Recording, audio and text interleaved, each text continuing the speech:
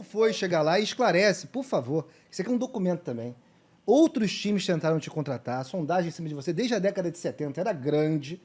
E por que você foi para a Udinese na época? Como era grande. De forma séria, por que você foi para a Udinese e o que aconteceu ali no futebol italiano quando você chegou, negócio de Áustria, explica para a galera. O primeiro é o seguinte, né? O pessoal tem que entender que muitos times, inclusive Milan veio ao Brasil, tentou. Só que naquela época existia a lei do passe.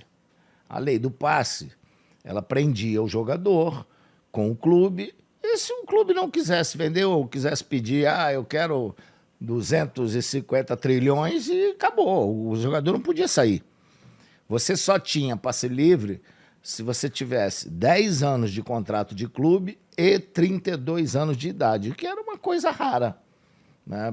Não tanto como hoje, então isso seria impossível, né? Ok, naquela época ainda tinha gente com muito tempo de clube.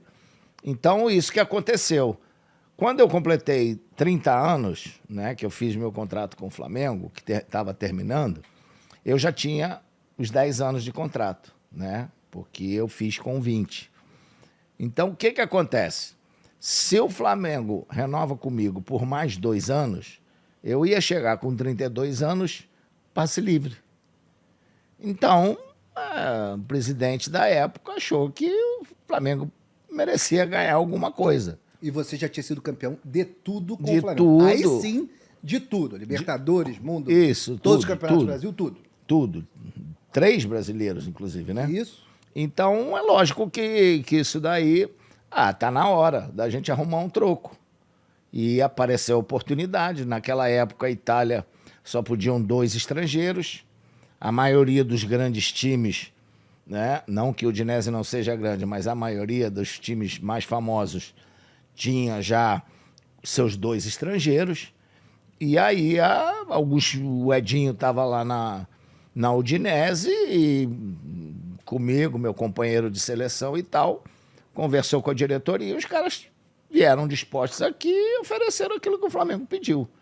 Na época, 4 milhões de dólares. É a maior transferência do mundo na época. Exatamente. Então, isso daí fez com que eu não queria ir, fiz tudo que era possível. Muita gente, o seu Jorge Elal tentou renovar, mas o Flamengo estava irredutível. E aí não tive outra saída que não jogar aquele último jogo contra o Santos, do Brasileiro de 83, já sabendo que eu estava vendido. Então, era uma obrigação ter que ganhar aquele jogo e me despedir com aquele título.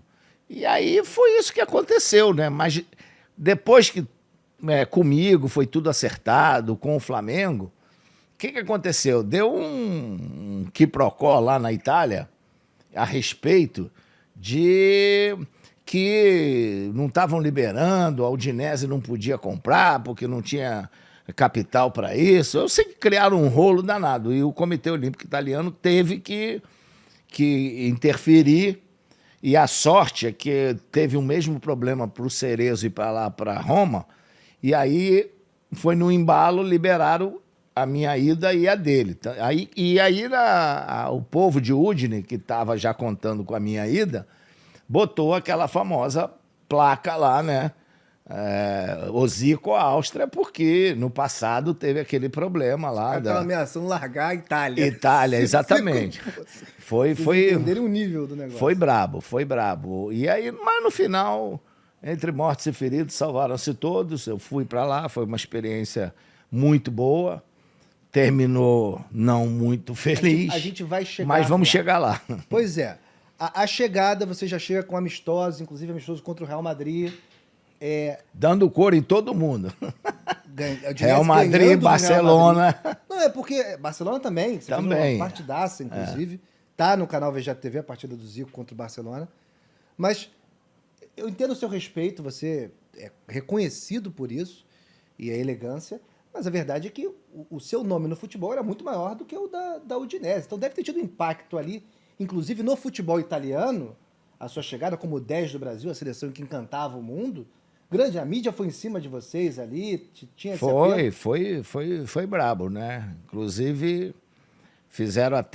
teve até uma antimídia, porque os caras estavam tão desesperados, porque um jornalista acabou indo lá na pré-temporada, não conseguiu falar comigo, falou com outras pessoas, e acabou fazendo uma matéria da cabeça dele, de página inteira, e eu falando um monte de besteira. Temos essa matéria. E aí isso tudo gerou um certo problema, mas eu esperei, que eu acho que quando você está com a consciência tranquila, uma hora sempre aparece a oportunidade para você desmascarar as pessoas.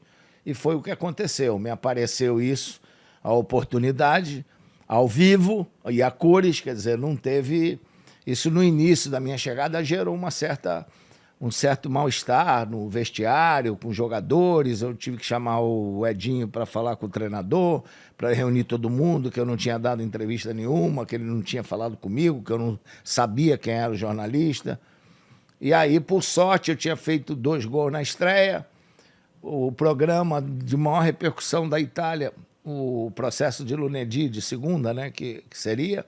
Esses 2 gols foram contra o Gênova? Contra o Gênova, é. Nós ganhamos de 5-0 em Gênova, e eu fiz 2 gols, fiz um partidaço, dei 2 passes para os outros gols, e com isso o programa foi ao vivo, direto da minha casa. E aí o cara perguntou, estamos aqui ao vivo com o Zico e tal... E aí o cara, quem quiser aí de Milão, de Roma, fazer a pergunta. E o primeiro cara a fazer a pergunta foi esse cara que fez essa matéria, que eu lembrei pelo nome. E aí, quando ele falou, ele me perguntou, né? Eu falei assim, eu antes de lhe responder, eu queria só que o senhor me respondesse primeiro como que o senhor fez uma reportagem para o jornal como a Gazeta dello Sport, de página inteira, falando 1000 coisas sem jamais ter falado comigo. Eu não lhe conheço. Então, como é que... Aí o cara ficou uns 30 segundos de cabeça baixa, arriado, sem saber responder. Eu falei, como o senhor não me respondeu, eu tenho educação e vou lhe responder a sua pergunta.